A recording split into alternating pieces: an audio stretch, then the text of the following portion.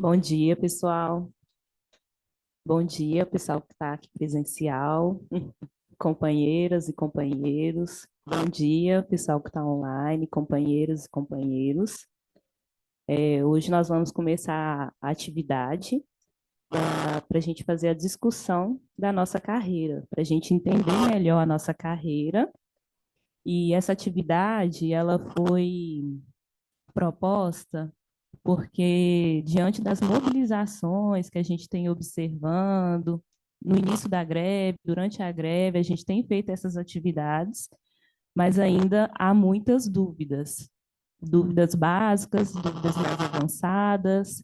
E na semana que vem a gente vai ter uma mesa específica lá em Brasília, né? Então é interessante a gente retomar essa discussão para a gente compreender e fazer uma votação mais consciente. E essa atividade, ela foi encaminhada na Assembleia da semana passada e pensamos em fazê-la em três partes. Perdão, gente, eu não me apresentei, né? Já comecei falando. Meu nome é Reisla, eu sou fisioterapeuta, estou no comando de greve local. Aqui comigo está a Lauana, que ela está na secretaria do Zoom hoje. Ao meu lado direito está a Flávia, e a mais na extremidade,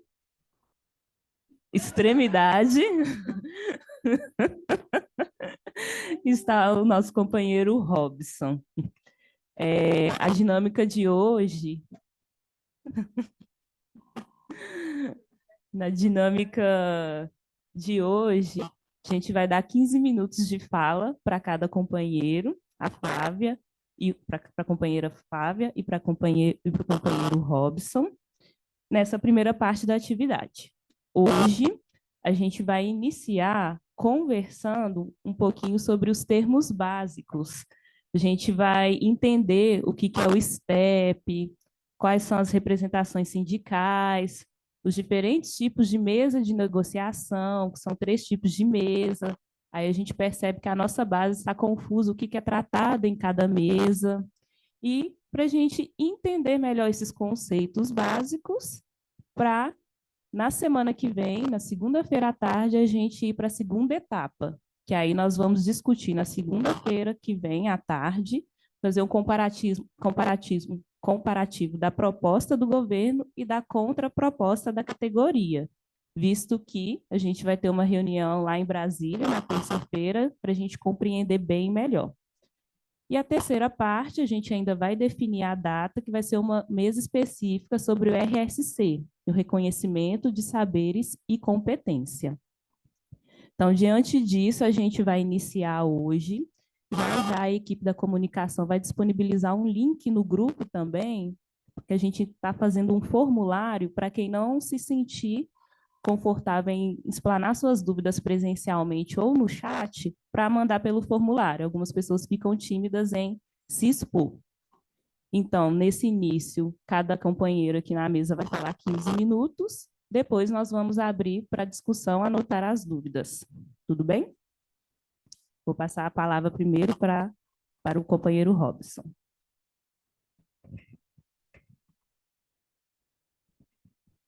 Pessoal, bom dia, pessoal que está online. É, a, a Reisa colocou bem. Eu fico preocupado porque eu troco o nome dela com o da Shelly. É, é importante, embora a maioria dos trabalhadores que participam mais ativamente dos movimentos já tenha conhecimento, mas a gente tem muita gente nova que ainda não tem uma noção mais ou menos como é que funciona a federação, como é que é uma mesa de negociação, e inclusive uma preocupação nossa é como é que funciona a nossa carreira hoje. Então, o que a gente vai tentar aqui é dar uma introdução a respeito disso e indicar os locais onde depois pode se aprofundar nesses estudos. Então, vamos começar. Eu pretendo começar aqui falando um pouquinho sobre a nossa federação, tá? Para a gente conhecer um pouquinho a FASUBRA. Bom, o que é a FASUBRA? A FASUBRA é a instância máxima de deliberação. Aliás, desculpa. Peraí que eu me atrapalhei todo aqui com esse trem. Inventei trem demais. Vamos voltar lá no começo. Bom, o que é a FASUBRA? A FASUBRA é a Federação dos Sindicatos de Base que representa os servidores das instituições federais de ensino superior nacionalmente. Então, a FASUBRA se assemelha mais ou menos a uma central sindical, com uma diferença.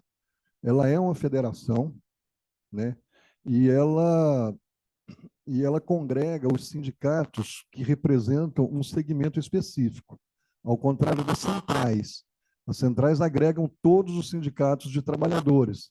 Inclusive, a nossa federação já fez parte, né, de uma central e existe toda uma discussão se ela deve fazer ou não parte de uma central. Eu, particularmente, defendo que ela seja fortalecida e que fique fora de qualquer central, porque eu acho que é mais objetivo a nossa luta. Então, a federação é isso, é a representante nacional de todos os sindicatos das universidades federais, né, de ensino superior que a gente tem no Brasil. Ela é que senta com o governo para poder negociar as nossas necessidades. Tá? Como é que a FASUBRA se organiza? A FASUBRA se organiza por duas instâncias. Uma deliberativa, né, tem as instâncias deliberativas dela, e as executivas. Assim como também funcionam os sindicatos de base da FASUBRA. Das instâncias deliberativas, nós temos o Congresso Nacional da FASUBRA, que é um congresso que acontece de 3 em 3 anos. Ele reúne todas as, né, delegados de todas as bases do sindicato, cada base elege seus delegados, manda para lá, dá em torno, mais ou menos, num congresso, em torno de 1.200 pessoas, mais ou menos, onde são discutidas e organizadas as pautas de lutas, onde são feitos, onde é realizada as eleições para a próxima gestão que vai conduzir a FASUBRA.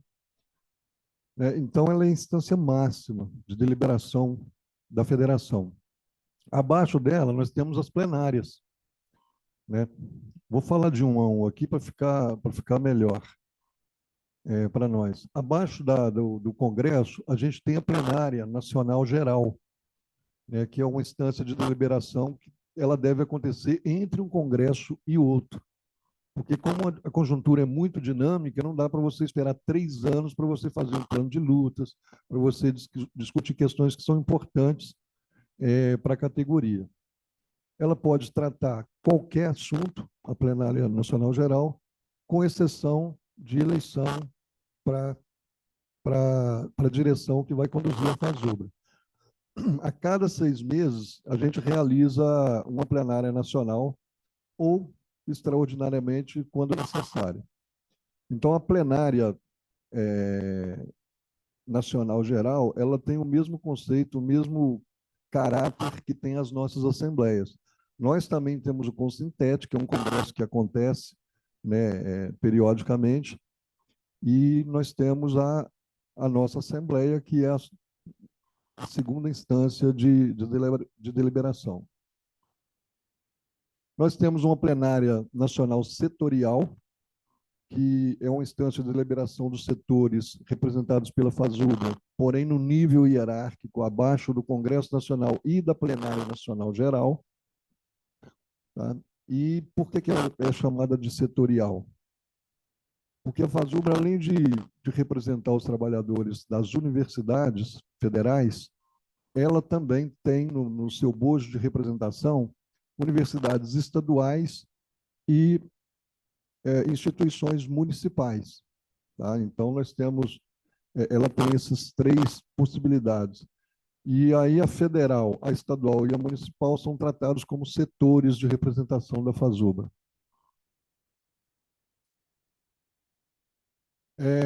Na instância executiva, o que a gente tem na FASUBRA hoje? A gente tem uma direção nacional que se assemelha à coordenação colegiada do Sintet também. O que ela faz? tudo que é decidido no Congresso, tudo que é decidido nas plenárias, tudo que é decidido em termos de lutas, é ela que vai dar execução. Então, é o órgão executivo de tudo aquilo que é aprovado pela base para poder fazer. Essa coordenação ela é composta por 27 coordenadores titulares e 27 coordenadores suplentes. Tá? Todos esses coordenadores são indicados lá no Congresso da FASUBRA pelas forças políticas que compõem a base da FASUBRA.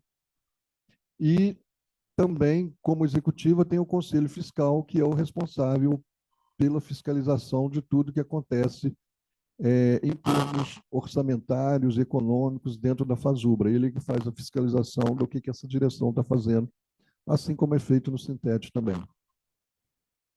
Hoje, a FASUBRA ela tem 3 coordenadores gerais. A estrutura dela também, como a do Sintete, é composta por pastas, cada pasta com um tema específico que ela vai tratar e conduzir ao longo do seu mandato. Então, nós temos lá a coordenação geral, que tem 3 membros, a coordenação de administração e finanças, coordenação de educação, coordenação de formação e comunicação social, coordenação de aposentados e assuntos de aposentadoria, de organização sindical, de políticas sociais e gêneros, coordenação da mulher trabalhadora, raça e etnia, de seguridade social, a jurídica e de relações de trabalho, a coordenação das estaduais e municipais e a coordenação de LGBTI. Né? E, recentemente, no último congresso, criou-se uma coordenação de uma pasta de hospitais universitários também, assim como o Sintete fez, inclusive. Foi uma ideia que partiu daqui da base do Sintete, chegou lá na FASUBRA e acabou criando essa pasta lá para tratar especificamente dos hospitais. Agora, o que são essas forças políticas que a gente falou que elegem, né, e compõem a direção da FASUBRA? Força política, a gente chama de força política, os coletivos de trabalhadores que existem na base. É muito natural quando você tem muitas pessoas, né, em um movimento, que surjam vertentes de pensamentos dentro dessa coletividade. E isso vai se agrupando, né? Embora o objetivo seja um só, né, seja defender os trabalhadores das universidades, seja lutar e defender nossos direitos, mas é lógico que numa política ou noutra, sempre tem uma linha de pensamento que, às vezes, é um pouco divergente de uma outra linha de pensamento. Então, os trabalhadores se agrupam e acabam formando seus coletivos, né? E essas forças políticas, quando chegam no Congresso, elas se organizam em chapas para poder concorrer à direção da FASUBRA. E aí, de acordo com o número de votos que cada chapa tem, é a quantidade de cadeiras que eles vão ocupar dentro da federação na direção. Tá? Hoje, dirigindo a FASUBRA, nós temos 5 chapas que foram eleitas. Nós temos a chapa 10, que é formada pela Unidade Popular e pelo PCB, que ocupa 2 cargos. Nós tivemos a chapa 20, que é formada pelo Travessia e o Tais na Lutas, que ocupam 7 cargos dentro da federação. Nós temos a chapa 40, que é da CTB, que ocupa 2 cargos. A chapa 30, que compõe os coletivos Ousadia e Luta, MES, Fortalecer, CST, VAL, PS Livre e PSTU, que ocupam 6 cargos. E a chapa 50, da UNIR, que ocupa 10 cargos dentro da federação.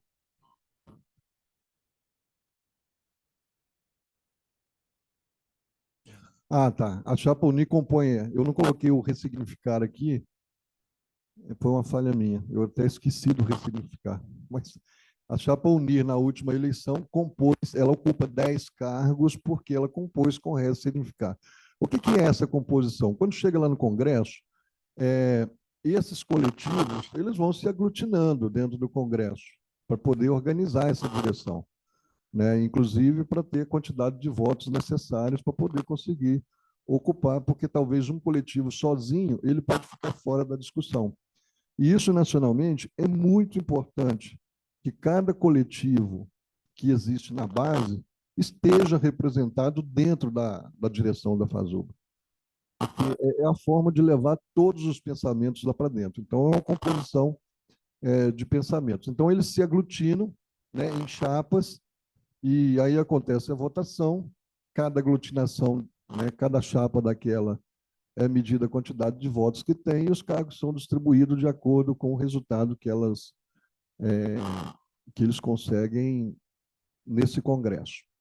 Beleza? Então, hoje, a formação da direção da FASUBRA está nesse patamar.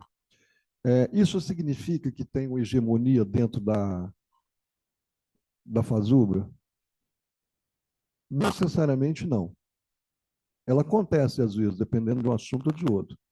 Mas como a coisa é muito dinâmica, e a conjuntura é dinâmica, e os ataques vêm de todas as formas, e pensamentos de todo jeito, lá durante a direção, eles vão tentando, o esforço da direção da FASUBRA, primeiro, é tentar resolver tudo no consenso, encontrar uma linha que consiga contemplar todas as necessidades, todos os pensamentos. E esse é o primeiro ponto. Se precisar ir para voto, naturalmente, né, naquelas discussões vai acontecer outra aglutinação, que são as linhas de posicionamento que tem lá dentro, e aí acaba sendo decidido por maioria de votos. Mas são situações bem... Não dá para falar que é uma rotina, né, dentro da FASUBRA, nem haver consenso e nem haver disputa. A coisa é muito variável. Beleza? Basicamente, pessoal, é isso que a gente precisava apresentar a respeito da FASUBRA, como ela se organiza. Tá? A FASUBRA é um painel do que é o nosso sindicato, com uma diferença. Aqui no nosso sindicato, a gente não tem a coordenação por composição de forças, igual tem lá na FASUBRA. Aqui no sindicato, como a atuação é mais objetiva, mais efetiva, e ela precisa ser dessa forma, é interessante que a concorrência seja feita por chapa, mas a eleição seja feita por chapa, e não por composição de forças, porque senão a coisa não anda. Aqui nós precisamos assim, aconteceu um problema no hospital, vamos resolver? Vamos resolver. Então, aquela chapa que está dirigindo o sindicato vai lá e resolve. Nós precisamos executar esse projeto. Vamos caminhar nessa linha? Porque aí a coisa fica mais rápida, mais dinâmica, mais concreta e mais efetiva do que na FASUBRA. A FASUBRA, o negócio é mais tenso um pouquinho. Sobre as mesas de negociação. Nós começamos no início dessa greve, para a gente entender, com uma mesa geral de negociação, né? Quando a gente vai negociar com o governo, a gente manda para ele um documento com a pauta global, essa pauta está elencado todas as necessidades que a gente tem, tudo aquilo que a gente identifica que precisa ser corrigido ou proporcionado pelo governo, tudo que a gente está reivindicando. Essa pauta global, ela vai se desmembrar depois, mas num primeiro momento, essa pauta global apresentada para o governo é feita uma mesa inicial de negociação. E aí, nesse momento, se divide a pauta em duas vertentes. Uma vertente econômica.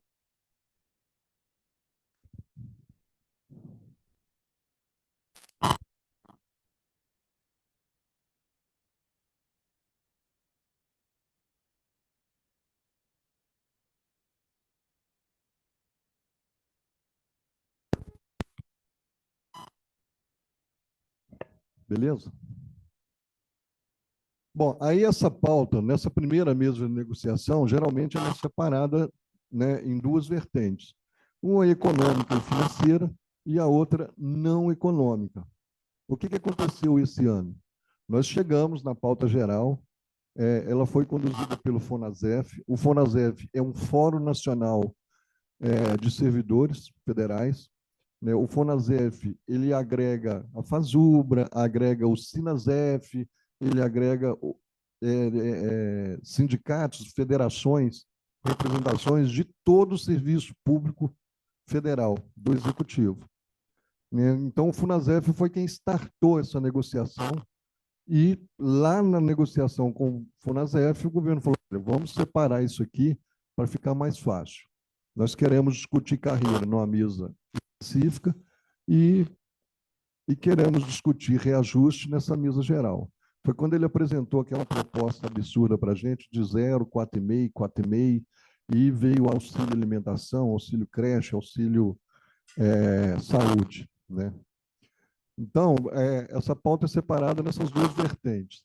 A econômica e a financeira acaba sendo discutido na mesa geral e na mesa específica, ou na mesa específica, né? Nós começamos discutindo isso na mesa geral, aí o próprio movimento entendeu, falou assim, olha, já que na mesa geral o governo não está apresentando condições de atender aquilo que nós estamos pedindo, é mais inteligente da nossa parte partir para uma mesa específica, já que a gente quer discutir carreira. E discutir carreira tem impacto financeiro e orçamentário. Então, vamos para essa mesa específica e vamos largar a mesa geral. Então, ajustou-se na mesa geral aquilo que era possível de ajustar e começaram as negociações nas mesas específicas. Tá? Paralelo a isso, ou na consequência disso, dependendo muito da conjuntura, tem as pautas não econômicas que são discutidas nas mesas setoriais. Então, a mesa específica, onde a gente discute carreira, a gente costuma chamar de temporária, porque é um assunto que você negocia, resolve e passa a executar logo em seguida, ela tem um período mais curto, e a mesa setorial é a mesa que a gente chama de permanente, que é onde a gente vai discutir aquelas pautas que não têm repercussão econômica. Por exemplo, redução da jornada de trabalho dos servidores, é discutida na mesa setorial. Né? Possibilidade de técnico concorrer para cargo de reitoria, é discutido na mesa setorial. São pautas que não têm impacto financeiro. Tá?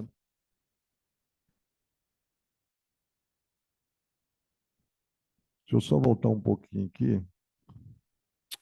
Caramba, eu sempre aperto o botão errado aqui. Eu não sou bom nisso, não. Sobre essa questão das mesas, existe alguma dúvida a respeito disso?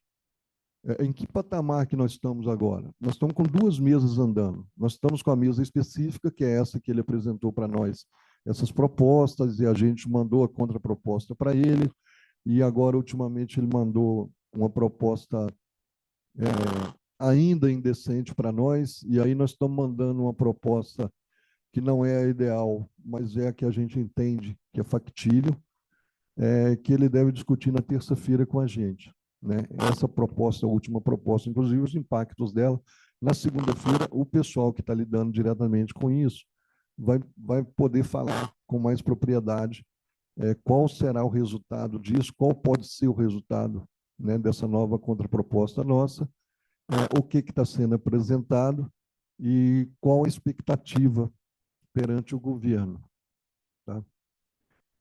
E aí, para a gente partir para o fim, vamos falar um pouquinho do nosso PCCTAI. Aqui não fica aparecendo lá em cima, agora que eu estou vendo isso aqui. Está dando para ver? Ó, esse é o nosso PCCTAI, né, que nós temos hoje, para quem ainda não tem muita intimidade com ele. Ele hoje ele é composto por 4 níveis de classificação e 4 níveis de capacitação. Isso faz com que a gente progrida 16 níveis, ou 19 níveis até o final da carreira. Cada nível de classificação desse tem a possibilidade de evoluir na carreira 19 níveis. Né? Ou seja, ter um aumentozinho de salário, uma progressão, né, 19 vezes. Quanto tempo a gente leva para poder andar nessa carreira toda? Espera aí que o meu trem travou aqui agora. Agora ficou bom mesmo.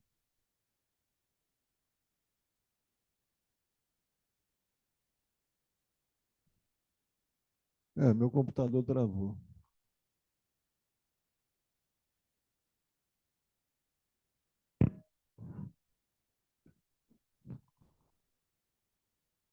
É 18 vezes. A matemática é traiçoeira. É isso aí, Gui, vai ajudando aí. Será que é meu computador que travou, Jonathan? Foi?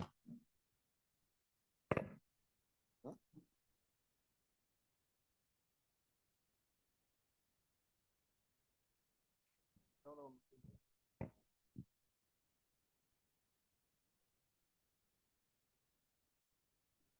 Ah, pode fazer.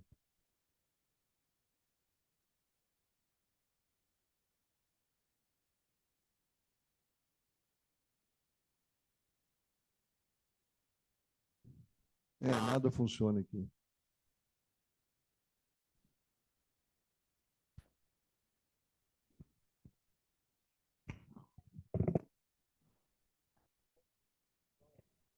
Pessoal, enquanto a gente faz os ajustes técnicos aqui, já tem uma dúvida e a Vanessa vai vir fazê-la. Quem tiver dúvida pode mandar inscrição no chat também, que a Lauana está recolhendo, tá? Bom dia, pessoal. Só uma dúvida, Robson, você falou das mesas. Aham. A questão das 30 horas, tem algum prazo para que isso seja definido? É uma dúvida que eu vejo que muitas pessoas têm, inclusive minha também. Se tem um prazo para essa discussão. E isso Ó, eu vou ser bem honesto contigo. Vou te falar da minha perspectiva. A redução da jornada de trabalho do servidor público nas instituições federais é uma luta muito difícil, muito difícil. Tem alguns aspectos que interferem nela. Primeiro, a má vontade dos governos. Segundo, o perfil do nosso Congresso, porque isso teria que passar pelo Congresso também.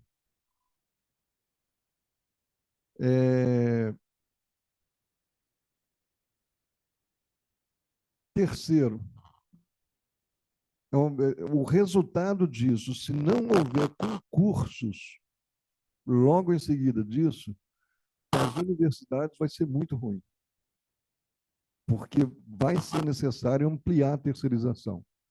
É uma luta. Nós temos perspectiva de quando ela vai ser vencida? Não, vai depender. O problema é que esse tipo de luta ele fica na mesa permanente. A mesa permanente ela passa a ser discutida pela CNSC, pela FASUBRA, junto com a equipe do governo, a partir, embora já tenha acontecido algumas sugestões, mas efetivamente a partir do final da greve. Né? E aí, o complicador disso é que não dá para você fazer uma greve eterna, porque o ideal mesmo é que ela fizesse parte da mesa específica e a gente saísse com isso. De que forma que a gente pode ampliar isso? Aproveitar esse pontapé que a gente deu agora com os parlamentares que a gente conhece, por exemplo, a gente tem a Dandara aqui em Uberlândia, e partir para cima deles e falar assim, olha, apresenta um projeto de lei lá, porque não reduziu a questão de qualidade de vida, a questão, tá? E para tentar alertar o governo, tá? Porque é uma forma também de satisfazer a categoria e atender naquilo que ela quer. Porque se você for olhar a lógica do mercado, por exemplo, se eu for calcular a minha hora trabalhada, quanto que eu ganho por hora, se reduz minha carga horária e não reduz meu salário, eu estou automaticamente me pagando mais por hora para poder fazer aquele trabalho. Você tem a pergunta? Com relação ainda a essas 30 horas, tem ainda uma discussão interna aqui na UF com relação a esse assunto. Tem. Qual que é a possibilidade disso não saindo nada dessa mesa? Disso acontecer aqui? Olha, já acontece, né? Nós temos em torno de... São 70, né, Gil? Setores flexibilizados dentro do hospital são 70, mais ou menos, né? Nós temos em torno de 70 setores flexibilizados dentro do HC, e nós estamos trazendo isso para a área administrativa. Foi a última conquista do sindicato nesse sentido, na negociação com a gestão, de ampliar isso para a área administrativa. Logo após a greve, eu acho que o sindicato deve implementar, né, correr atrás disso, porque no momento daquela negociação, a gestão falou assim, vamos pegar alguns setores e fazer um teste para ver se funciona. Aí, na época, foi escolhido o ILEEL e a PROAL para poder fazer isso. Esse teste está sendo feito. Então, eu acho que no pós-greve, o sindicato deve chegar para eles e falar assim, escuta, está em andamento? Nada foi fechado ainda. Então, nós temos que partir para isso logo que terminar. Eu estou com essas dúvidas aqui, porque o que acontece? Os trabalhadores e o sindicato conquistaram a possibilidade de fazer a implementação disso, mas a condução é toda da CJT, que é representada aqui na universidade. É conduzida pela Gilberta e pela Jaciara, sabe? Então, elas que acompanham isso de maneira mais prática e técnica.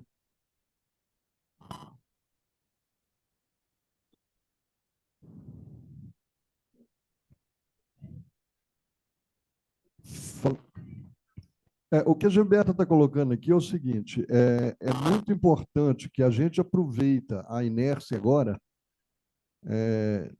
desse movimento e dá sequência nisso. Então, quando a gente for, antes de fechar a greve, já sentar com a gestão, porque isso faz parte da pauta local nossa também.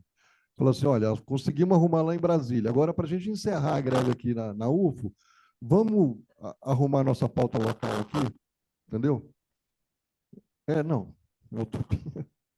Antes de encerrar a greve, você tem que aproveitar o ápice do negócio. Mas eu acho que a gente consegue expandir isso enquanto não aparecer um governo que fala assim, não, vou revogar esse decreto, vou parar com isso. Então, pela autonomia universitária, a gente consegue. A Gilberta colocou isso muito bem. Esse ano é ano de eleição para reitor. Então, nós precisamos ter o compromisso público de todos os candidatos de que ele vai dar sequência e vai ampliar isso aí. Tá? Nas áreas administrativas. Pessoal, sim, Flávia, por favor. Em relação a essa questão das 30 horas, eu acho que o caminho é esse, né? Acho que a gente tentar fechar alguma coisa aqui no sentido que nós já temos esse processo iniciado, né? Do preenchimento, enfim, de fazer toda aquela parte burocrática nesses setores que a gente indicou. Então, de repente, a gente tentar fazer algum acordo de que, terminando a greve, a gente possa já começar o teste, né?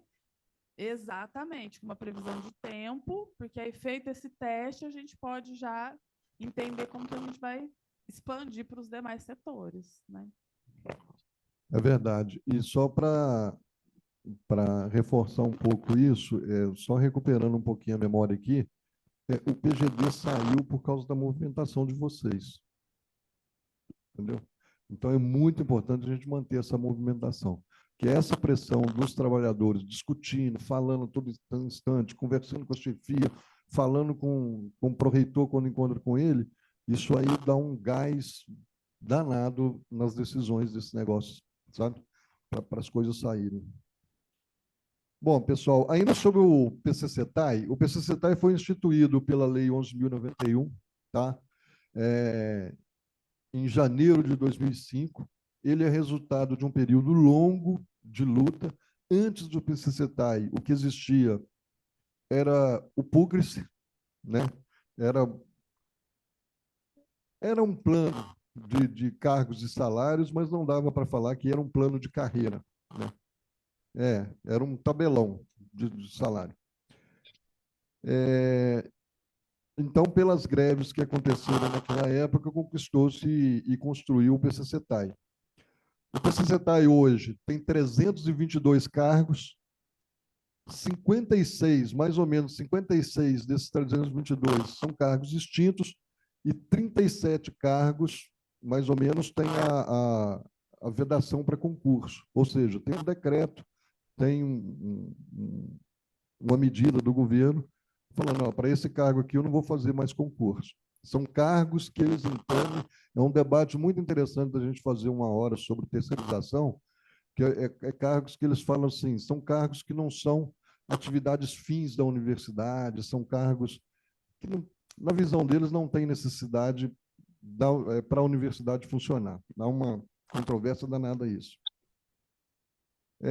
Toda a organização, todo o gerenciamento do PCCETAI, as discussões, as evoluções, as propostas, todas são feitas em nível nacional por uma Comissão Nacional de Supervisão da Carreira. A lei que estabelece o PCCETAI, ela estabelece também a necessidade da existência dessa comissão. Essa comissão, nacionalmente, ela tem representantes do MEC, dirigentes das instituições, por exemplo, a nossa Progep aqui faz parte dessa CNSC, e por representantes da FASUBRA. E, localmente, a lei também estabelece que tem uma comissão interna de supervisão de carreira, que é a CIS, né, que, vez ou outra, a gente tem que fazer uma eleição para a CIS aqui, que ela é composta por trabalhadores, né, eleitos pela comunidade. O PCCETAI tem 5 níveis de classificação, ele é estruturado dessa forma. Então, quando você presta o concurso, você entra no nível de classificação desse de acordo com a sua possibilidade. Seria o nível A, B, C, D ou E. Sendo que o A e B, a gente precisa, a escolaridade exigida é o fundamental completo. O C tem cargos que é o fundamental completo, tem cargos que exige o médio completo. O D tem cargos que exigem apenas o médio completo e tem cargos que exigem o médio profissionalizante. E o E, a exigência mínima para entrar no cargo é o superior.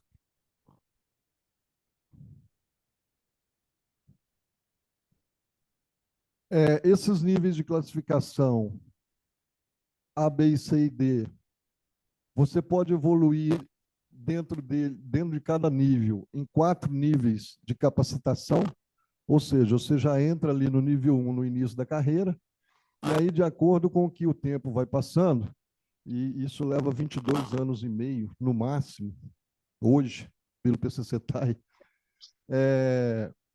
nos cargos A e B, você necessita de cursos para avançar no primeiro nível, daquela quantidade de horas que está ali, né? São 20 horas e 40 horas para avançar para o segundo nível, 40 e 60 para o terceiro nível, 60 e 90 para o quarto nível.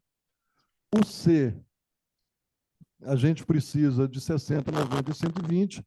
O D, 90, 120 e 150. Cadê o Vitor? Eu até falei errado ontem. Horizontal. É a caminhada. Mais na frente a gente vai ver isso, para vocês entenderem direitinho, porque você anda no PCCETAI na vertical e na horizontal. Então, para andar na horizontal, para você sair do primeiro nível para ir até no quarto, você precisa cumprir aqueles requisitos ali. E aí vem aqui a caminhada dentro da carreira. Quando você entra, você está no primeiro nível. Você vai avançar. Se você não fizer nada, não estudar, não capacitar, não fizer nada, você vai avançar hoje, pelo PCCETAI, num prazo de 18 meses, você vai avançar um nível. Então, se você só trabalhar direitinho, não for assediado pelo seu chefe na hora da avaliação do desempenho. Inclusive, gente, avaliação de desempenho, cabe recurso, é importante esclarecer isso aqui. Se você não concordou com aquele tipo de avaliação, você pode recorrer, tá? E aí nós temos o sindicato, nós temos a CIS, nós temos a Progep, nós temos os conselhos para poder recorrer a isso. Passou 18 meses, se você foi um bom trabalhador, você vai para o segundo nível. Você pula lá para o segundo nível. Você aumenta um pouquinho o seu salário, que hoje está em 3,9, que é o STEP, não é isso? O STEP é aquele degrauzinho que você sobe, né?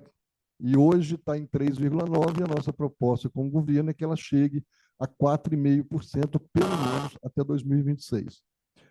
Passou esse tempo aí, você fez um daqueles cursos de capacitação, você vai andar mais um nível. Então, ó, por que que eu saí do 1 e fui para o 2 e me mantive no 2? Porque se eu já estava no 2, como a capacitação ela te permite andar horizontalmente, se eu já estava no 2, eu tenho que ir para o 2 da capacitação. Passaram mais 18 meses. Você vai para o 3, por mérito. Passou mais, você fez mais alguma capacitação, depois de 18 meses, você vai para o 3 também. Então, você vai subindo por aí, ó, até você chegar lá no 16, lá embaixo, do nível 4, no 16. Isso leva mais ou menos em torno de 22 anos e 6 meses, hoje, no PCCETAI. Na nova proposta de carreira, vocês vão ver na segunda-feira, isso cai para 18 anos. Tá? Para além dessa possibilidade de aumentar o salário, né, ou de ser reconhecido pela capacitação e pelo bom trabalho realizado, a gente tem também o incentivo à qualificação, que ele pega o seu salário base, calcula um percentual dele ali e agrega esse percentual de qualificação, ou seja, é aquilo que você consegue apresentar de evolução em termos de conhecimento, em termos de qualidade, né, técnica, para além daquilo que é exigido minimamente pelo cargo. Então, eu preciso do médio completo para entrar no ar, assim que eu tiver uma formação,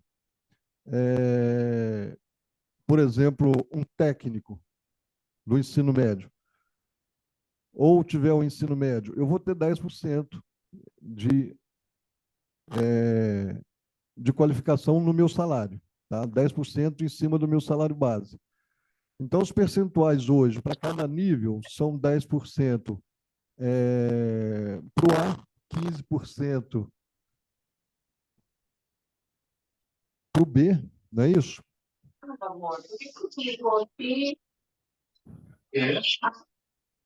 Isso, a graduação além do que você é exigido pelo cargo. Isso.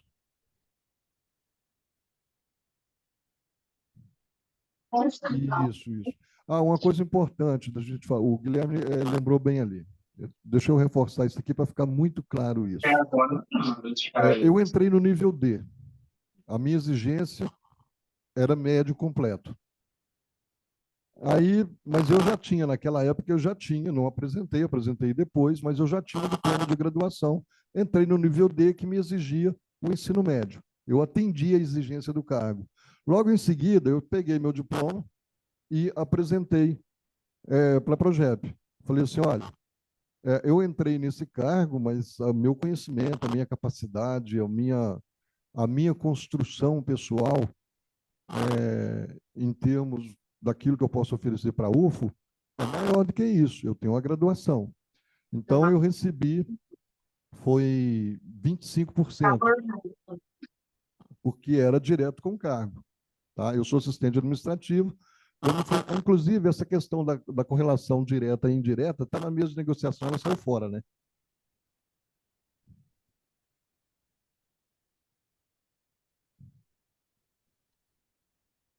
Incompleto. Isso. O Vitor colocou uma coisa muito. Quando foi construído isso aqui, qual que é a referência toda de nossa carreira? Inclusive, a referência do PCCI era o nível A, que é o primeiro nível de ingresso, né, de estrutura lá na carreira. Então, a partir dali, à medida que você vai adquirindo formação acima daquilo que é exigido no cargo, você vai tendo percentual de acordo com o nível de classificação que você está. Beleza? O fato é, o que é preciso da gente prestar muita atenção nisso, porque até um tempo atrás eu confundia muito isso, eu ficava muito feliz, eu falava, pô, vou fazer o mestrado, eu vou ter 52%. Vamos com calma, isso não é cumulativo, tá? Então, ele é descontado. Por exemplo, eu estou terminando o mestrado agora, eu teria 52%, mas como eu tenho a especialização, eu já tenho os 30%, eu vou ter a diferença de um pelo outro, no meu último salário, é 22%, porque é 52% em cima do salário base que eu recebo. Beleza? Então dá essa diferença, não dá essa coisa gritante, porque quem não compreende, às vezes fala assim, pô, vocês já ganham bem pra caramba, o pessoal lá fora fala isso. Então vai ter 52%, e o doutorado nos oferece 75% de aumento. O que vai mudar agora nessa nova negociação? Aquela relação indireta lá, ela vai desaparecer. Ela não vai existir mais. Tudo vai ser relação direta, tá? Pessoal, basicamente era isso. Eu acho que não dá para falar mais de PCCETAI para além disso, porque aí a gente teria que entrar naquilo que está sendo discutido lá em Brasília agora. E aí eu vou ser bem sincero com vocês. Embora eu esteja à frente do movimento, esteja participando da greve, esteja na coordenação do sindicato, mas carreira é um assunto tão complexo e a gente tem pessoas mais competentes do que eu, particularmente, para poder falar isso. O Guilherme entende disso para caramba, o Vitor está participando disso nacionalmente, entende disso para caramba. Nós temos uma galera da Fazubra, inclusive, eu fiz ontem à tarde, vocês não fiquem chateados comigo não, tá, Vitor?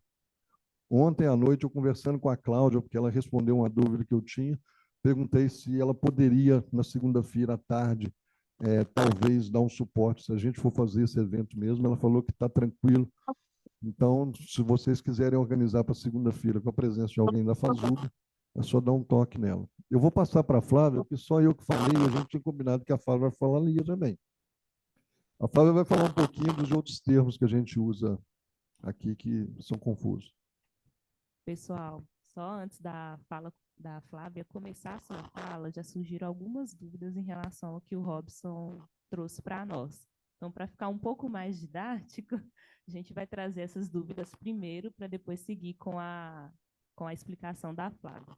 Lauana vai ler para a gente as que surgiram no chat, e realmente também pode se inscrever. Era bom antes guardar. Verdade. Sagário questiona, pede para comentar sobre a data base e a importância da sua implantação. Questiona o Robson se, ao seu ver, as 30 horas, além da luta que nós já fazemos, ela dependerá também de uma vontade política? E a gente já pode e a Leiliane pergunta se as 30 horas estão sendo discutidas, é uma proposta para todos ou para apenas alguns setores da universidade? Então, vou responder a Sagário primeiro, que perguntou. A Sagário perguntou. Não, primeiro sobre. Não, só vou responder 30 horas. Se depende de. Sim, depende de vontade política, sim. Por isso que a gente está falando, Cris, que seria muito bom a gente aproveitar agora que nós estamos em ano de campanha eleitoral, para a gente conseguir abrir um pouco mais o leque das 30 horas para as áreas administrativas e acadêmicas. O ILEO já está com a papelada correndo, falta só fazermos dois relatórios para ser já resolvido, que é um relatório da própria CJT e do professor Márcio Magno, que é o pró-reitor, né? E o ILEO já está bem adiantado, nós ainda estamos com mais 3 setores que estão em andamento, são as bibliotecas, a gente está com o pessoal da DIRCS, do NAS, na verdade do NAS, que já está em andamento também, e o setor da PROAI, que também já está em andamento. Está meio parado agora, só por causa da greve, que alguns setores pararam, então não adianta a gente continuar na CJT. Embora eu ainda esteja trabalhando as 30 horas do hospital, porque eu acho que eles têm mais urgência lá para ser aprovado a flexibilização. Então, é só política, viu, Cristina? É só política. A chefia tem que ajudar, a direção tem que ajudar. Agora, a outra pergunta, Lauane, Da Leiliane, não, da Leiliane, se é para todos os setores, não é isso que ela perguntou? Leiliane, sim. O que a CJT quer e que o sindicato principalmente quer é que se abra para todos os setores. Mas, para isso, a gente precisa de uma série de fatores que se adequam na resolução das 30 horas, que é uma resolução do CONDIR, a 05, que depois vocês podem procurar na internet e ler. Tem muito detalhe. Por exemplo, vou só te falar um. O setor tem que trabalhar 12 horas ininterruptamente. É uma coisa. O setor tem que atender o público externo. Então, o aluno é considerado público externo? Não. O professor é? Não. O técnico é? Não. Tem que ser público externo mesmo. Então, isso é o complicador das 30 horas, porque está na resolução do CONDIR, tá? Mas depois a gente pode falar com mais propriedade, se quiserem, a gente fazer um mini curso sobre as 30 horas.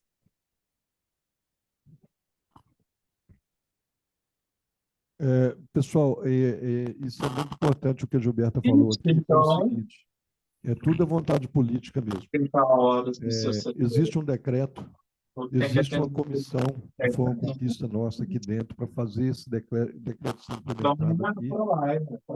E existe, através desse decreto, a autorização para o reitor que desejar fazer a implementação.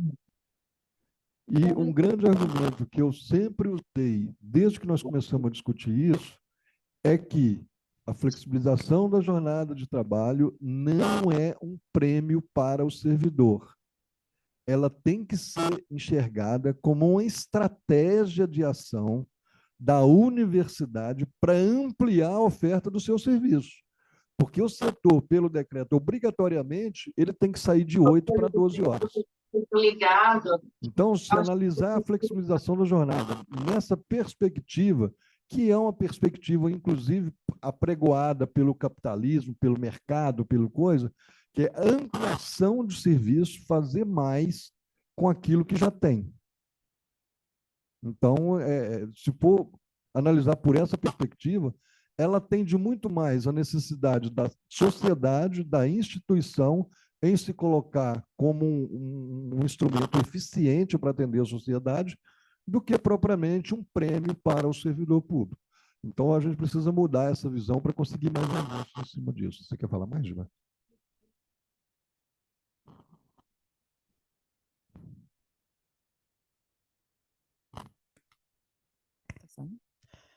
A Leiliane pergunta se quer dizer que todos os setores devem se organizar para reivindicar ou é uma questão administrativa?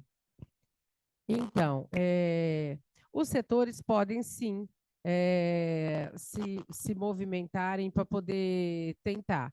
É uma questão administrativa? Porque a direção, a coordenação, ela tem que estar a par e ela tem que autorizar que se abra um processo, mas cumprindo tudo que está dentro do Estatuto e da Resolução 05 do CONDIR. Então, é muito difícil alguns setores aqui da UFO serem contemplados, porque, obrigatoriamente, o setor tem que atender um público externo, foi isso que eu falei. E atender um público externo é complicado. Por exemplo, eu tentei na DIRCS, mas a DIRCS só atende servidores, só atende servidor, só atende funcionários, estudantes, às vezes, que passam mal, que correm até lá. Então, isso tudo não é considerado público externo. Eu não sei se eu te respondi, mas é uma questão administrativa. Ela pode, as pessoas podem começar a se reunir para poder tratar sobre isso. Eu tentei, por exemplo, pensar nisso na escola técnica, mas já é complicado lá, visto que a gente não atende lá o público externo. A gente só atende professor e alunos. Então, como está na resolução, é muito difícil a gente romper isso, porque quando chega lá na procuradoria, é barrado. É, Isso eu vou fazer hoje. Ainda sobre Na as verdade, 30 horas, teve mais manifestação no chat e a Shellyman também tem uma dúvida em relação a esse tema, tá? As outras que apareceram, pessoal, nós vamos avançar depois com o assunto. E a gente está fazendo em forma de debate assim, até mesmo para ficar mais direcionado, tá? Tá trazendo as dúvidas, é isso que a gente espera mesmo, pode continuar manifestando no site, no chat, desculpa.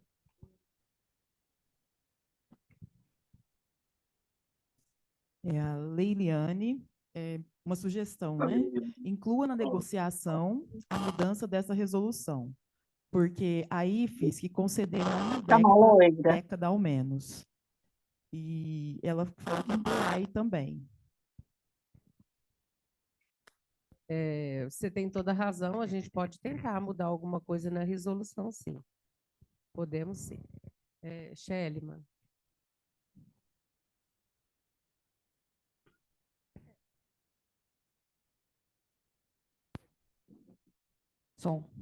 Eu só vou complementar porque a minha questão era essa, em relação à resolução. Se tem uma resolução no CONDIR, foi feita, né? Eu acho que a gente tem uma questão administrativa, mas tem uma questão política também, de como foi feita, né? De quem participou dessa construção, por exemplo, né? Porque, por exemplo, lá na escola técnica, a gente atende família, a gente atende pessoas que estão querendo entrar na escola técnica, por exemplo, e querem saber mais.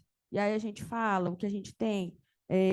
A gente recebe e-mails variados de muitas pessoas, assim, que a gente consegue provar mesmo, assim. Enfim, eu penso que pode ser, né, e deve ser uma questão política para a gente, uma pauta local para que a gente possa participar dessa resolução do CONDIR, para que a gente possa levar e ampliar esse debate, né? Porque como que aluno é público externo? Para mim né? São muitos alunos, né? Ou a gente pode começar a entender que estudantes também são atendidos por nós, então a gente também 12 horas de trabalho, a gente merece as 30 horas. sobre alterar a resolução, isso é um movimento político, mas vamos refletir aqui sobre como é que foi construída essa resolução.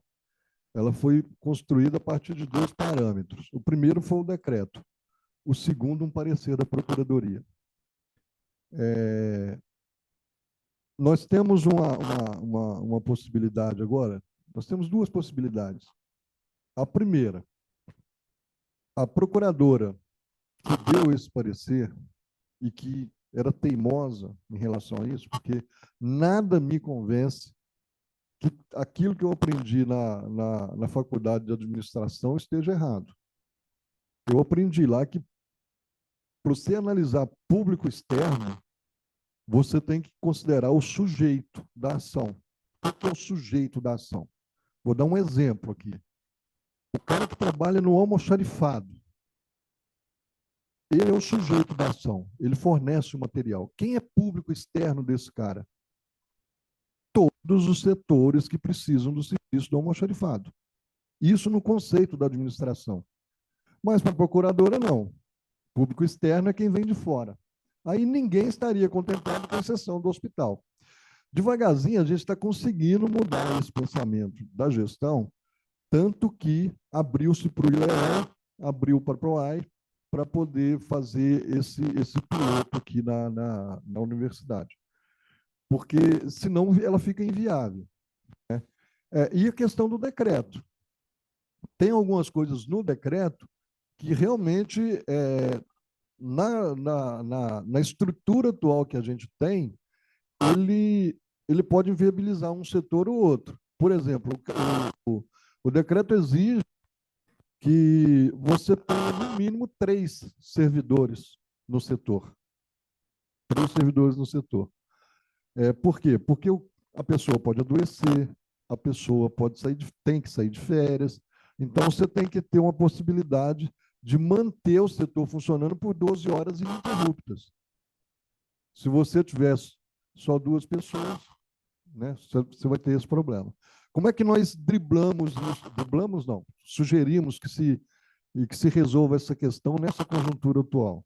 Que se fizesse uma reestruturação dentro da universidade, inclusive nos processos, inclusive nas estruturas. E aí cita muito o caso do ELEL, parece que o ILEL está partindo para isso. Você tem uma diretoria com vários cursos de graduação. Cada curso tem uma secretaria. Por que você não faz uma secretaria da diretoria, do instituto? E aí você tem uma estrutura com muitos servidores que pode trabalhar 12 horas por dia, né? Pode atender todos os cursos, e aí você resolve o problema disso aí. Eu acho que falta um pouquinho de vontade política mesmo de achar soluções, e com a troca da pró-reitora agora, isso já foi pedido para o Zé Carlos há um tempo atrás, eu acho que ele já fez, nós questionamos, nós questionamos a Procuradoria lá em Brasília sobre o entendimento desse negócio de público externo, porque a gente não concorda com esse posicionamento que ela tem aqui. E como ela segue tudo que vem de lá, então o canal seria mudar o pensamento lá e não aqui. Beleza? Obrigada, Robson. Tiveram mais algumas manifestações, mas a gente vai avançar um pouquinho na conversa, porque aí já podem ser contempladas também, tá? Flávia? Bom dia, né? Já manifestei um pouquinho aqui. Eu acho que o Robson ele fez um apanhado bacana aí, né? Estruturou a apresentação de um jeito bem didático para todo mundo. E aí o que a gente vem conversando e percebendo é a questão de algumas siglas, né, que a gente parece uma sopa de letrinhas aí, né, principalmente para quem está chegando, entender todo esse processo. O Robson já colocou algumas aí, e tem uma questão, além de sigla, né, que é de entender o que é, né? Por exemplo, o Robson já passou pela questão do STEP. Muita gente não entende. Que discussão é essa que a gente está fazendo né, na reestruturação da carreira, pedir alteração do valor do STEP, que hoje é 3,9, e a gente está pedindo que o governo chegue a 4,5 até 2026, né, sendo 4 2024, 4,5 2025 e 4,25 2025 e 4,5 26. Esse STEP, igual o Robson falou, né? Ele é o termo STEP é um termo em inglês, né? Que significa esse marco, né? Esse degrau, né? Como o Robson colocou, para a gente progredir, né? A gente precisa ter alguma referência. Então, foi decidido no PCC-TAI, quando foi construído, que a gente teria esse STEP na progressão, né? Que é na progressão, como o Robson colocou, a gente tem a progressão vertical e a horizontal. O STEP, ele acompanha a progressão vertical, né? Então, se a gente fizer o cálculo, parece que é pouco, né, de 3,9 para 4,5, mas é uma diferença. Enfim, e aí tem outras questões também na reestruturação que aí os meninos vão apresentar na segunda-feira, em relação a diminuir o tempo, o interstício, né, que hoje são 18 meses, enfim, a gente tem, a proposta é de diminuir para 12, como o Robson falou, são 22 anos, quase 23 anos para a gente chegar ao final da carreira. Então, a gente tem na proposta da reestruturação diminuir esse tempo, né? E aí e aumentar esse degrau, o valor desse degrau, né? O degrau continua, mas o valor dele a gente poder alterar, né? A questão do RSC, que é um debate que surge agora nessa proposta de reestruturação, que é o reconhecimento de saberes e competências. A gente também está organizando uma atividade específica para discutir isso. O que eu posso adiantar dessa sigla, né, desse conceito, é que o SINASEF, que é o Sindicato Nacional dos Servidores Federais da Educação Básica, Profissional e Tecnológica, ele já tem uma proposta estruturada do RSC e que a gente está colocando agora, pautando agora para a nossa carreira, né? E que aí seguiria em termos de porcentagem as mesmas que o Robson apresentou da progressão por capacitação, né? E aí passaria por um debate o que seria o reconhecimento de saberes, como seria feito, né, para que houvesse essa progressão pelo RSC. O Sinasef ele já tem essa proposta estruturada, e ele é um sindicato, para quem não conhece, que ele contempla docentes e técnicos, né? Então, nós temos técnicos que atuam pelo Sinasef nos institutos, que vão ser contemplados com essa proposta que o Sinasef tem, né? Então, por isso, a gente está trazendo para nós também essa proposta, que a gente entendeu que é uma proposta interessante, tendo em vista que nem todo mundo tem condições de fazer o mestrado ou a graduação, né, ao longo da sua carreira. Então, o ESC ele traria esse reconhecimento aí para a gente poder progredir, né? Sobre as mesas, o Robson acho que já explicou, mesa permanente, setorial específica, não vou adentrar. Eu acho que a progressão por mérito, né, o Robson também já falou, né, a partir das nossas avaliações de desempenho, e a progressão por capacitação, progressão horizontal, né, depende da gente estar cumprindo, fazendo aqueles cursos com aquelas cargas horárias específicas. Então, assim, eu acho que é isso, complementando mesmo um pouquinho do que o Robson já trouxe para a gente, que foi bastante informação. E me parece que já tem algumas questões aí no chat que eu acho que pode conduzir também a minha fala, a gente pode complementar. A Gilberta quer complementar?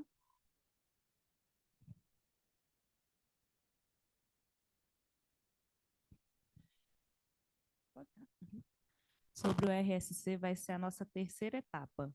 Hoje a gente está fazendo a primeira etapa para essas definições básicas e mais gerais, para contextualizar todos. Semana que vem, na segunda-feira à tarde, a gente vai fazer a segunda etapa, que vai ter a apresentação da proposta do governo e a contraproposta da nossa categoria.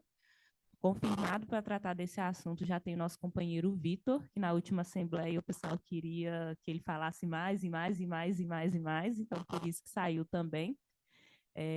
Essa temática vai ser na segunda-feira, no período da tarde, ao final da semana vai ser divulgado o local corretamente.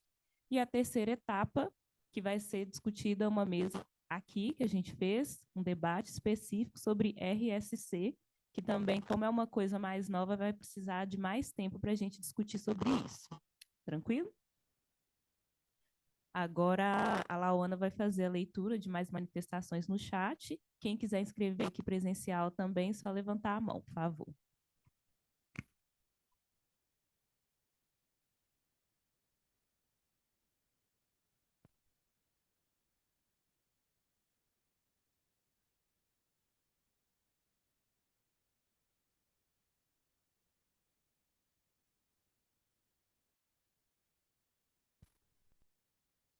A Cris Sagari pediu para comentar sobre a database e a importância da sua implantação.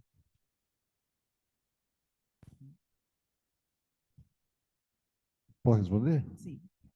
A database é um desejo antigo nosso, embora seja um negócio mais perigoso para os sindicatos. Porque depois você não faz greve por causa da database. Mas a database seria primordial para a gente, tá? Seria menos cansativo para a gente, porque aí a gente ia brigar. Se você tem a database estabelecida, e na legislação, infelizmente, para o setor público não existe a previsão da database, mas se a gente tivesse ela estabelecida, a gente brigaria por ganhos reais, na verdade, e por novos direitos, né? Então, todo ano você teria tranquilidade de saber que o seu salário seria minimamente pela inflação. Por isso que eu costumo brincar que eu falo, a database é perigosa, porque ela acaba com os sindicatos. Na verdade, não. É um desejo nosso, era importante que ela tivesse. Eu reforcei algumas vezes, né, durante essa greve, sobre o quão diferente essa greve está sendo esse ano, porque ela, teoricamente, Não, praticamente. O que a gente conseguiu já acertar com o governo, praticamente estabelece uma database para a gente. Porque aquela progressão nossa, que era de 18 meses, na nova carreira ela vai passar para 12 meses. Se a gente conseguir avançar com o governo num step para 4,5%, isso significa que a cada 12 meses nós teremos um pulo dentro da tabela ali, no valor de 4,5%. Isso praticamente quase que se configura como uma database ao longo da carreira. Entendeu? Então, é uma forma indireta de se ter uma database. Mas o ideal mesmo, e eu acho que a gente tem que brigar muito por isso, e isso é da nossa pauta, embora a gente que está enfiado nesse movimento mesmo não escute essa discussão de uma maneira mais profunda dentro da FASUBRA ou dentro dos movimentos, mas ela faz parte da nossa pauta, daquela pauta permanente, da mesa permanente, que a gente precisa avançar nisso. A gente precisa. O ideal seria que a gente tivesse uma database para não ter essa preocupação. E eu não entendo, porque eu acho que a gente ainda não aprendeu foi fazer lobby. Porque se a gente fizer lobby com os bancos vão pressionar o governo para a gente ter uma database. Porque você já pensou, todo ano eles têm a possibilidade da sua margem consignada aumentada? Para o banco era excelente isso. Nós temos que usar esses caras do nosso lado, não é possível.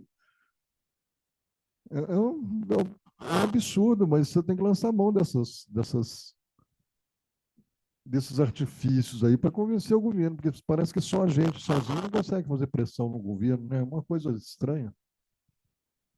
Obrigada, Robson. Aline? Bom dia, pessoal. A minha dúvida é em relação ao Sinasef. Se vocês poderiam falar um pouco mais sobre ele e como ele se relaciona com a FASUBRA, que eu não entendo muito bem, e também, especialmente em relação ao Sinasef nas mesas de negociação e na futura assinatura de um acordo com o governo. Obrigada. Eu vou me atrever a falar um pouquinho do Sinasef, embora vou tentar evitar avaliações e julgamentos. Mas o Sinasef ele tem se mostrado ao longo da história, nas negociações com a FASUBRA, um importante aliado. Tá? Só para exemplificar para vocês, nós tivemos um caso agora recente com o Andes de um conflito entre duas entidades que representam a mesma categoria, que é o Andes e o Proifes, né? O governo, a equipe de negociação se aproveitou dessa dicotomia no movimento dos docentes e usou o Proifes para tentar tumultuar a negociação dos docentes com o Andes. Graças a Deus, o nosso movimento conseguiu reverter isso aí. Eles reabriram as negociações agora. O Sinasef, isso na nossa história nunca aconteceu esse tipo de conflito, embora a FASUBRA já tenha enfrentado um início de fragmentação, não por conta do Sinasef, mas por conta de outras organizações aí, mais ou menos nesse nível aí. Mas o Sinasef, ele é um sindicato nacional, que ele representa os dois segmentos dentro dos institutos federais. Então, a atuação do Sinasef é restrita aos institutos federais. Mas nos institutos federais tem o técnico administrativo. Então, o Sinasef é interesse dele fazer evoluir o PCCETAI do mesmo jeito que a FASUBRA. Por isso esse alinhamento. Esse alinhamento ele é muito importante. O Sinasef tem se mostrado, nessa greve, inclusive, muito importante nessa luta, sabe? Como ele representa os dois segmentos, então ele está sempre ali junto com a FASUBRA ou junto com o Andes, né? Porque ele tem os dois segmentos, eles estão sempre trabalhando junto ali. Mas é um sindicato nacional, o modelo dele é mais ou menos o modelo do Andes. O Andes é um sindicato nacional que tem as subseções, né, nas bases. O Sinasef é da mesma forma, ele é um sindicato nacional com as subseções nas bases. Então, tem o Sinasef do Triângulo, o Sinasef daqui de Uberlândia, de Uberaba, são regionalizadas as subseções. é um parceiro importante, muito importante nessa luta dos técnicos administrativos. Tem sido. Inclusive, se eu não me engano, o Vitor me corrige se eu estiver errado, essa proposta de reestruturação da carreira, da forma que a gente foi apresentada a nossa proposta, ela nasceu dentro do Sinasef, não foi isso? O Leo Everton é do Sinasef, não é? Ela nasceu dentro do Sinasef, porque na época o que aconteceu, para quem não participou nisso desde o início? A Fazubra estava discutindo uma proposta de reestruturação da carreira, o Sinasef também estava discutindo nas bases deles. E aí a Fazubra e o Sinasef sentou e falou assim, pô, peraí, como é que nós vamos chegar no governo e apresentar duas propostas diferentes? Né? Uma você apresenta, a outra apresenta, a gente vai abrir margem para o governo usar um de nós dois para poder fragilizar o movimento. E aí, inteligentemente, tanto a Fazubra quanto o Sinasef tiveram a disposição e a inteligência de falar assim, não, vamos achar aqui um ponto comum nessas duas propostas e construir uma proposta única. E foi a proposta que nós chegamos para apresentar para o governo, né, que eu reforço isso, inteligentemente, as duas instituições, né, e as duas bases chegaram à conclusão que foi assim, olha, tudo que é construído conjuntamente, coletivamente, bem discutido, dialogicamente, da forma que deve ser feito o movimento dos trabalhadores, tende a dar um resultado mais positivo. E foi onde nós conseguimos chegar nessa carreira aí. Mas o Sinasef é muito importante nessa luta junto com a gente, e graças a Deus, né, e graças à inteligência política do pessoal, à maturidade política da Fazubra e do Sinasef, a gente tem caminhado junto, sempre.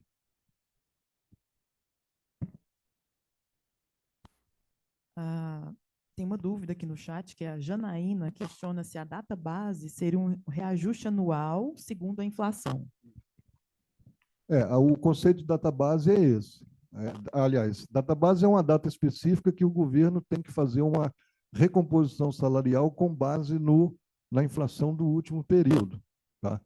E aí, se ele não fizer isso, parte-se para uma outra discussão, que aí ela, inclusive, envolve o campo judicial, que é o que eles chamam de dissídio. Né? Quando você chega, a data base não é cumprida, você parte para o dissídio, que é uma discussão judicial que fala assim, olha, inclusive, até nós já podíamos ter utilizado isso juridicamente. De vez em quando eu troco uma ideia com o Zé Carlos. Porque, embora não exista previsão legal para o setor público ter database, mas constitucionalmente, a Constituição obriga a recomposição salarial do trabalhador dos índices inflacionários do último período. Então, quer dizer, está intrínseco isso aí. Eu acho que era questão da gente, mas como é difícil, tem que convencer muita gente. Alguém mais tem alguma dúvida? Gostaria de fazer alguma contribuição?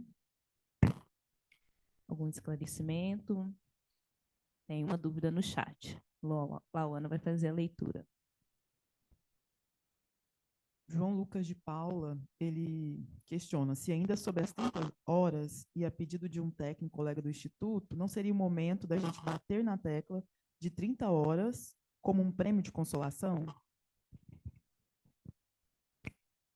João Lucas, que autoestima baixa é essa, João Lucas? Pelo amor de Deus. Prêmio de consolação, não, meu amigo. Nós estamos buscando a conquista aqui. Não, eu acho que a gente tem que bater na tecla, sim. A Gilberta falou bem aqui no início. A gente tem que aproveitar que o movimento está numa idade boa,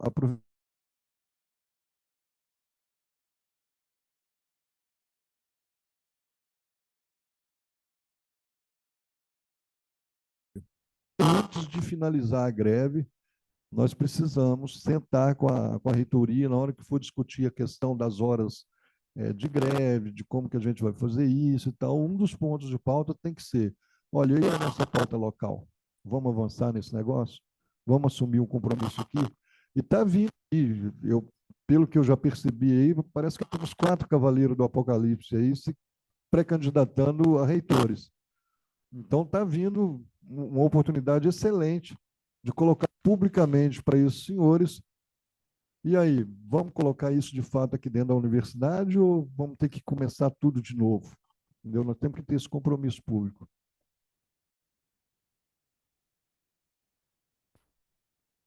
Eu vou trazer de novo essa questão, né, da gente fazer essa experiência agora, né, nesses setores que a gente já citou.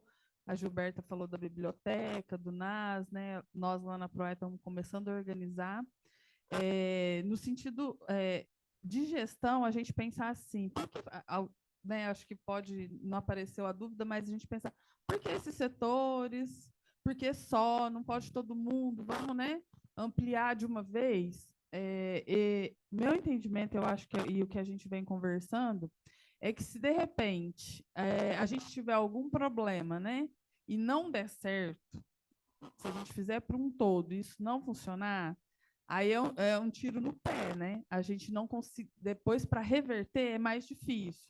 Então, por isso a ideia de fazer essas experiências, esses testes, né? E aí falo específico lá da PROAI, também a gente tem a especificidade do atendimento do público, em sua maioria, ser os estudantes. E como a Shelman colocou, a gente também tem um público externo, que é família, enfim, outras pessoas interessadas em saber o que a PROAI oferece, né, sobre os auxílios. Mas o nosso público maior são os estudantes, né? E aí é nisso que a gente vai tentar defender. E aí acredito que o ILEEL também, e se isso funcionar, aí a gente de fato tem como provar, né, Gilberta, e argumentar. Olha só, né? Aqui a maioria são os estudantes atendidos pela PROAI vão ter uma ampliação de horário. Hoje, por exemplo, a gente atende até às 5 da tarde. O estudante do curso noturno, que em sua maioria é trabalhador, não consegue chegar para um atendimento às 5 da tarde. Então, ele acaba não recorrendo aos auxílios, não recorrendo, né, às atividades que a gente oferece. Então, assim, a gente provar para a gestão que é possível, sim, fazer 30 horas, né, para esse público externo, que são os estudantes, os servidores, que a gente amplia, né? E aí eu acho que é nisso que a gente precisa se apegar, que é no sentido da oferta, da garantia do direito dos nossos usuários, né? Apesar de que o rebatimento disso vai ser, a gente vai ganhar, né? Vai, com a qualidade de vida, com mais tempo, né? Para a gente fazer outras atividades, enfim. Mas o foco nosso de provar para a gestão é que isso aumenta a possibilidade do nosso público ser atendido com mais qualidade, inclusive em quantidade, porque, né, o nosso entendimento é que ampliando o tempo amplia a quantidade, né? E aí a nossa defesa lá enquanto PROA é principalmente pegar esses estudantes do período noturno e estender também um pouco no período da manhã, né, a partir de 7 da manhã, atendendo um público que não pode nesse horário comercial, né? Então, nesse sentido, a defesa, nesse momento, da gente fazer esses testes. E aí, eu acho que a nossa pressão agora, enquanto movimento de greve, é para que esse teste tenha um tempo de quando vai começar, até quando, para que os outros setores já tenham essa resposta, né? E possa, então, começar esse movimento também. Né? Então, era essa questão que eu queria complementar. Só uma coisa que a Gilberta tinha falado mais cedo, que alguém perguntou para ela se podia. Eu acho que é uma forma é uma estratégia boa isso. A gente tem que aproveitar aquilo que a gente percebe assim. Quando a gente começou a discutir o plano de gestão, aí a gestão da universidade e a Projetos principalmente, veio com essa história de vamos fazer laboratórios, né? Vamos fazer testes, vamos fazer projetos pilotos. Isso para o plano de gestão. Mas o volume de pedidos de plano de gestão foi tão grande que fez a coisa andar, exerceu alguma pressão. Quando a gente falou em trazer para cá, para a área administrativa, as 30 horas, também vieram com essa história de fazer piloto. A gente concordou em fazer piloto porque tem uma série de fatores que precisam ser analisados. Mas Alguém perguntou para a Gilberta se podia discutir isso já no setor. Eu acho que pode, eu acho que deve, porque é uma forma de fazer gestão. Comecem a reunir equipe, discutir com a gestão, ver as possibilidades, com a gestão local, ver as possibilidades, constrói dentro daquilo que está na resolução, cumprindo ali, respondendo a todas as perguntas, e já manda o documento. Fala, ó, queremos 30 horas aqui. Aqui é possível. Porque aí vai aumentando, à medida que vai aumentando o volume de pedidos lá dentro, a coisa não morre o assunto e a coisa tende a andar mais rápido. É uma forma da gente fazer pressão nisso aí também.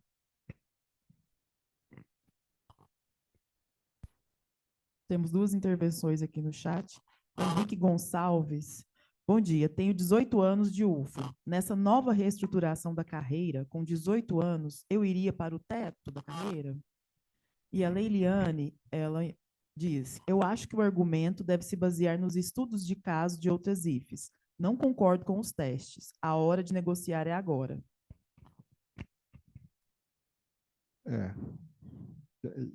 Essa última foi quem? Como é que é o nome dela? Leiliane Bernardes. Eu concordo contigo, Leiliane. A hora é agora.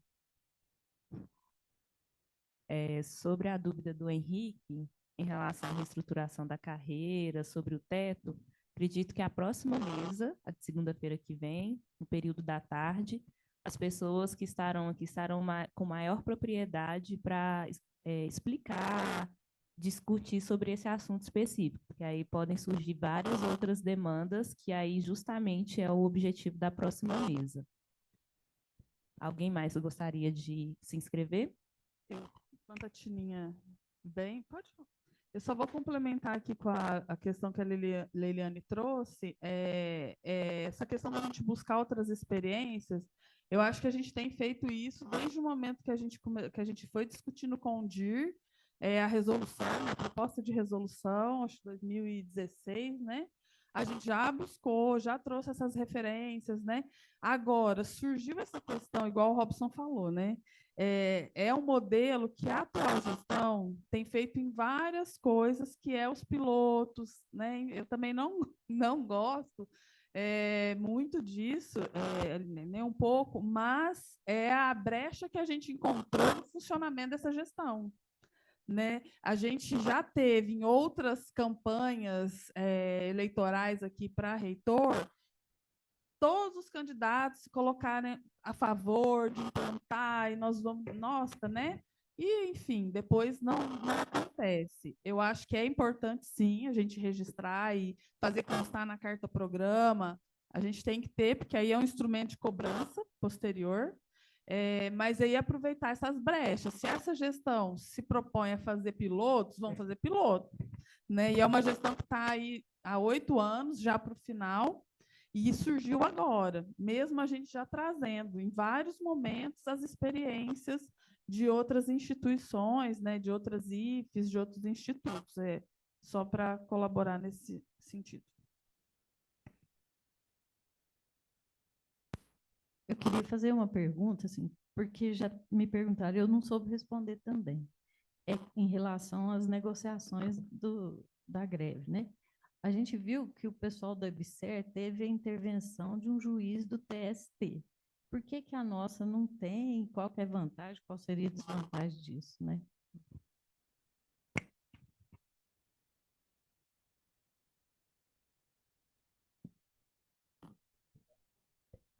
Cristina, não faz pergunta difícil, não, Cristina.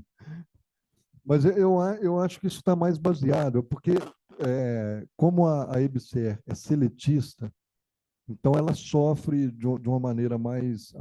A EBSER tem um acompanhamento mais aproximado do Tribunal do Trabalho. E lá, se a gente for pensar bem, politicamente a gente sempre construiu as nossas negociações, né, os nossos avanços em mesas de negociações. Talvez seja a cultura disso. A gente poderia partir para a área judicial? Poderia, mas não seria o mais apropriado, não. Tá? Sinceramente, eu acho que não seria o mais apropriado. Eu acho que o judiciário... Porque senão, o que acontece? Até porque existe muito entendimento do judiciário, quando se trata de uma questão dentro do espaço público, do judiciário, talvez orientado na obediência à separação dos três poderes. Ele falou assim, olha, constitucionalmente isso seria atribuição da gestão pública, e isso tem que ser resolvido na gestão pública. Isso acontece muito aqui. Aqui em Uberlândia mesmo, nós já tivemos casos de ações que a gente entrou no judiciário por uma decisão que a gestão tomou, e o juiz simplesmente respondeu assim, olha, isso está previsto na Constituição, autonomia universitária, o gestor pode... Você entendeu? Então, eu acho que o que orienta essa dificuldade toda é esse princípio constitucional da separação dos três poderes. No nosso caso. Lá no outro caso, não. Lá é papel do judiciário, do TST, vigiar, porque lá o vínculo é mais frágil, o trabalhador está tem menos condições de fazer a luta política por ele si, e o que nos ajuda muito é a nossa estabilidade, nesse sentido aí. Eu acho que é por aí. Eu fiquei curioso, tem mais alguma coisa aí? Só para... Eu vou fazer umas contas aqui, então. Bom, sobre esse assunto, eu não sei se é aqui o espaço, mas gostaria de encaminhar uma proposta, e aí talvez traga na próxima assembleia, sobre a questão das 30 horas, para a gente fazer um seminário, porque eu estou entendendo que é um debate que muitas pessoas têm interesse, e nesse seminário a gente pensar... Parou, voltou. Nesse seminário a gente pensar em frentes, não somente para explicar, mas para a gente pensar politicamente, internamente, em ações que a gente possa organizar, tanto localmente quanto nacionalmente. Porque eu estou entendendo que é um debate que pode chamar pessoas também para a nossa luta, pode endurecer a nossa greve, e aí eu penso que talvez a gente possa encaminhar isso. Sérgio, é sobre esse assunto ou é outro? Só um instantinho, então, só para fechar essa das 30 horas, para não ficar confuso, tá? Só para te responder, Shellyman, nós já fizemos no ano passado, no começo do ano passado, foi proveitoso, mas muito pouca gente participou. Quem participou mais foi o pessoal aqui de Santa Mônica. Pessoal de Santa Mônica, reitoria, vieram muitos. Agora, eu e a Jaciara, que fazemos parte, né, da CJT, que é a Comissão de Jornada de Trabalho, a gente pensou em fazer outra esse ano, inclusive também para abordar esse tipo de pauta que você falou agora, porque aí a gente pode estudar e debater melhor sobre isso. Nós vamos fazer, sim. A gente está esperando um tempo, porque tem muita gente que está afastada, tem muita gente em greve, né? Vamos esperar isso tudo passar, mas com certeza nós vamos fazer. Na greve a gente vai ter evasão. Se a gente fizer um seminário sobre as 30 horas, eu acredito que a gente vai ter uma ausência. Mas a gente pode fazer sim. Se a Jaciara topar, eu topo. Gilberto, acredito que isso a gente pode discutir na reunião do comando local de greve. Aí a gente faz nas ponderações e discute melhor sobre o assunto. Pode ser? Tem uma pergunta aí que ficou na segunda-feira, não foi? Eu fico curioso aqui. Ô, Vitor, se eu tiver errado, Guilherme, se eu tiver errado, vocês me falam. O menino que perguntou que ele tem 18 anos de UFO, se ele já chegaria no topo da carreira. Não, a resposta fácil é não, mas eu vou tentar explicar para ele e no segundo o pessoal te explica melhor. Olha só, eu fiz uma conta simples aqui. Se você tem 18 anos na carreira, já significa que você já trabalhou 216 meses aqui na UFO.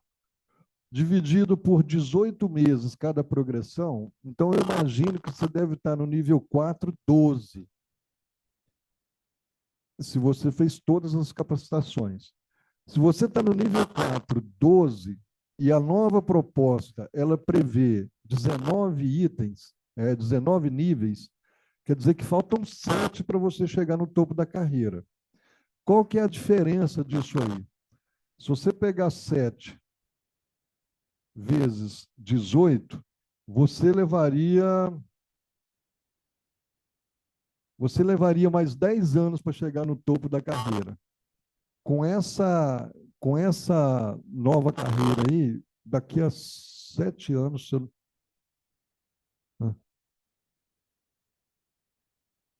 Uhum.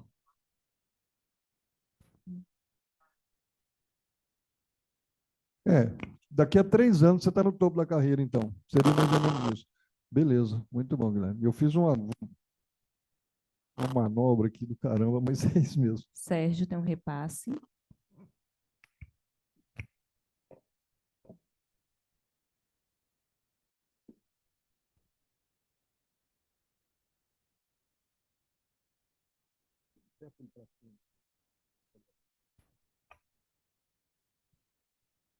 Bom, gente, é um debate muito interessante sobre carreira. Principalmente a questão das 30 horas, é importante a gente também fazer esse debate, que é um tema que a gente está na ordem do dia no movimento sindical, tanto local como nacional. Mas eu queria aqui fazer um convite, para hoje, às 19 horas, vai ter uma live. Quem está promovendo a live é a CIS Nacional. Já coloquei no grupo lá o convite, né, no grupão nosso, do Comando Local de Greve, quem puder repassar, que vai tratar da questão... Já cheguei no final da carreira, tem que usar óculos. Bom, PCC-TAI, RRC, conceitos e desafios. É um tema muito importante. Acho que é válido a gente acompanhar os palestrantes que vão estar lá, né, nas mesas, né, a Fátima dos Reis, né, e a Vânia Gonçalves, o William Carvalho, do Senasef, esses dois aqui que eu falei é da Fazubra, e Emanuel Cardoso, da UFCG.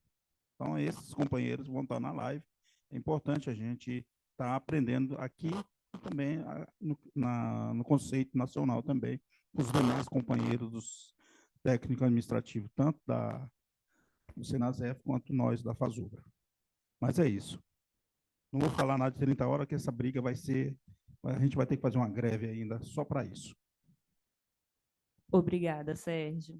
Pessoal, tiveram mais perguntas aqui. Só vou fazer uma leitura para o pessoal saber que essas perguntas chegaram, mas a gente entende que não é nessa mesa, tá?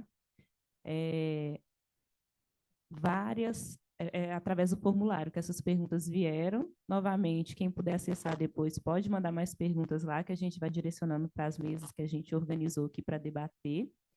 Tiveram várias perguntas sobre RSC, então, por isso, a importância da gente ter a mesa para tratar sobre o RSC, que vai ser o terceiro debate que a gente vai fazer aqui, com data a definir.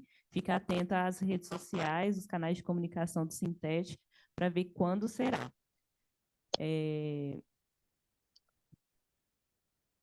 Veio uma demanda que talvez a gente pode direcionar, né, vocês saibam direcionar melhor. Gostaria que fosse redigida uma proposta de documento que defina as atribuições técnicas da área da saúde e as diferenças de atribuições dos docentes da saúde, da área da saúde. Quando pedi orientação à PROGEP, disseram que temos que apoiar atividades de ensino, pesquisa e extensão, mas não nos responsabilizamos integralmente por elas. No entanto, é muito amplo, abre margens para diferentes interpretações. Minha sugestão é que seja formalizado que o técnico da área da saúde se envolva somente em atividades práticas, como, por exemplo, preceptoria, e que não tenha atribuições em atividades puramente teóricas, como elaboração de aulas e provas somente teóricas. É uma questão que a gente precisa conversar melhor. E agora sou eu falando, Reis, eu acredito que essa demanda também você pode direcionar para o sindicato, para maior esclarecimento, tá? E orientação. É uma demanda bem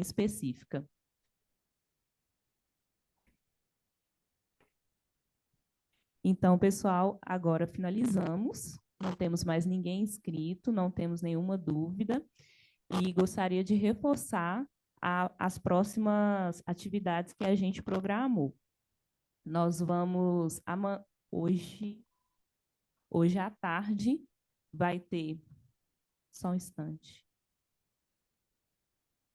audiência pública do Senado. A gente vai fazer a transmissão às 14 horas, aqui no anfiteatro CID, e também vai ser disponibilizado os links para quem quiser assistir diretamente com a transmissão deles, tá? Amanhã a gente vai ter um ato público com concentração às 9 horas da manhã na reitoria. Na sexta-feira, às 9 horas da manhã, a gente vai ter reunião do Comando Local de Greve no Centro de Convivência de Santa Mônica. Até o momento, essas são as atividades programadas para a semana, e a atividade específica sobre a discussão da carreira, a gente vai continuar a segunda etapa na segunda-feira, no período da tarde. Vai ter a participação do Vitor e também estamos vendo possivelmente do Guilherme também, ainda a confirmar, e também estamos vendo, como o Robson colocou aqui, a participação da Cláudia, que ela é da Fazubra e tem muito propriedade para retratar sobre o assunto também com a gente, tá bom? Só o último repasse e vamos finalizar a atividade.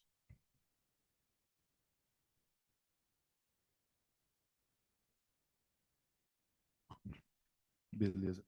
Eu não sei se o rapaz está online, Henrique, né? Seria bom ele estar aí, porque abrindo aqui, e aí eu vou recomendar a todos vocês abrirem o simuladortais.com.br. É um aplicativo, tá? E lá vocês têm uma tabela aonde você consegue verificar facilmente como vai ser o seu reposicionamento. Então, se você hoje aí, né, teoricamente, fez todas essas capacitações e está nesse padrão 412, você iria para o padrão 415 na nova. E daí, como esse interstício caiu de 18 para 12 meses, você padrão 15, isso.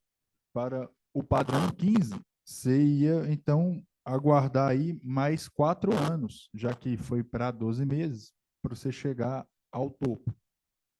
E hoje você deve estar esperando aí 6 anos, né? Ainda. Então, teria queda de 2 anos aí. É isso aí. Mas acessem lá, simulador TAES. Esse tem S, viu, John? Vai lá. Muito obrigada, Vitor.